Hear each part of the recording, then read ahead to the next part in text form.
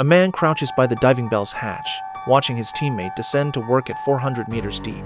Suddenly, he ruthlessly cuts off his teammate's oxygen supply. The other two crew members freeze in shock, unable to comprehend why he would commit such an insane act. Soon, their teammate's weak cry for help crackles through the communicator. The two crew members, who moments ago were stunned, immediately disconnect his tether and throw it into the sea, personally sealing the fate of their longtime companion. The atmosphere inside the diving bell becomes deathly silent. But the three had no choice. Due to the storm, they were trapped on the seabed 400 meters below.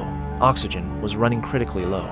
Their deceased teammate had insisted on going into the water, wasting precious oxygen. They had no other option. With oxygen nearly depleted and the rescue team nowhere in sight, the three men lose hope for survival and write their final letters. Just then, the rescue team's voice suddenly crackles through the communicator. The captain immediately rushes over, grabs the communicator, and asks if the rescue team has arrived. Unexpectedly, the rescue team informs him that although they've reached the target area, it's littered with ship wreckage. They cannot pinpoint the diving bell's exact location and need them to wait patiently. The communication cuts off immediately. Hearing the voice disappear, the captain helplessly sets down the communicator, sinking into deep despair. Their remaining oxygen cannot possibly last that long. William then suggests releasing a beacon to mark their position, but this means someone must risk entering the sea.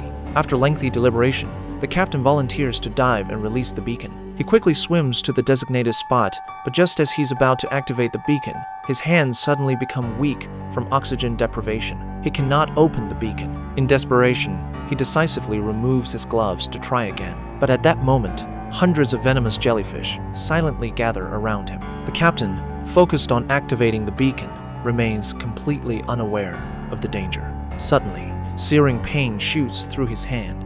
Only then does he realize he's trapped in a swarm of jellyfish. He struggles to escape but is entangled by the jellyfish. In the chaos, the beacon slips from his grasp. The situation becomes critically dire. However, the captain suddenly regains his composure. Ignoring his teammates' protests through the headset, he deliberately unclips his tether and swims upward with all his might. He forces his way through the thick mass of jellyfish, grabbing the drifting beacon with his blood-covered hands. Using his last ounce of strength, he switches on the beacon. But the venom causes him to convulse, and he sinks into the deep sea. The captain's sacrifice brings hope to the two survivors, but they feel no joy, only silent, waiting for rescue.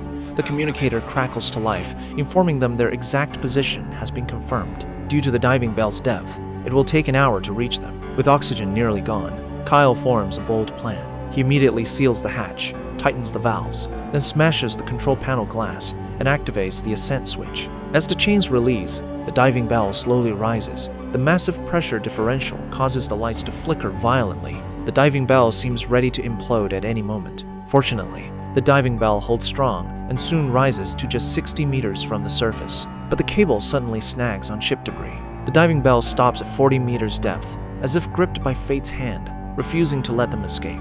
The man falls into complete despair, pacing frantically in the cramped chamber. But Kyle remains eerily calm, apparently having formed a plan. He leads William into the escape chamber, preparing to swim up using diving suits, but they discover only one suit remains. Unexpectedly, Kyle hands William his pre-written farewell letter, then helps William into the diving suit and notifies the rescue team for him. Thus, William, carrying the hopes of his teammates, begins swimming toward the surface. Just as the man is about to break the surface, he suddenly feels his head splitting with pain. His internal organs feel like they're inflating. Soon, a metallic sweetness surges up his throat. He hastily tears off his helmet. Instantly, thick blood spurts from his mouth.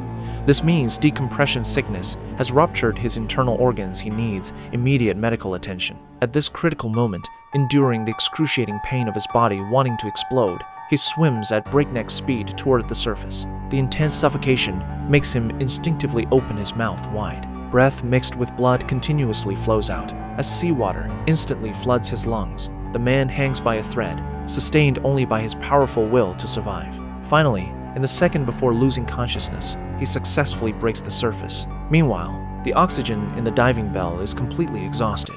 Unable to maintain pressure balance, seawater floods the chamber. But Kyle doesn't wait for death. Instead, he dives into the water, determined to swim up through sheer willpower. But lacking sufficient oxygen, Kyle's body is powerless. Ultimately, Kyle cannot overcome his physical limits. His consciousness gradually fades. After struggling for some distance, he can no longer endure and slowly sinks into the deep, dark seabed. This gripping film is called Pressure.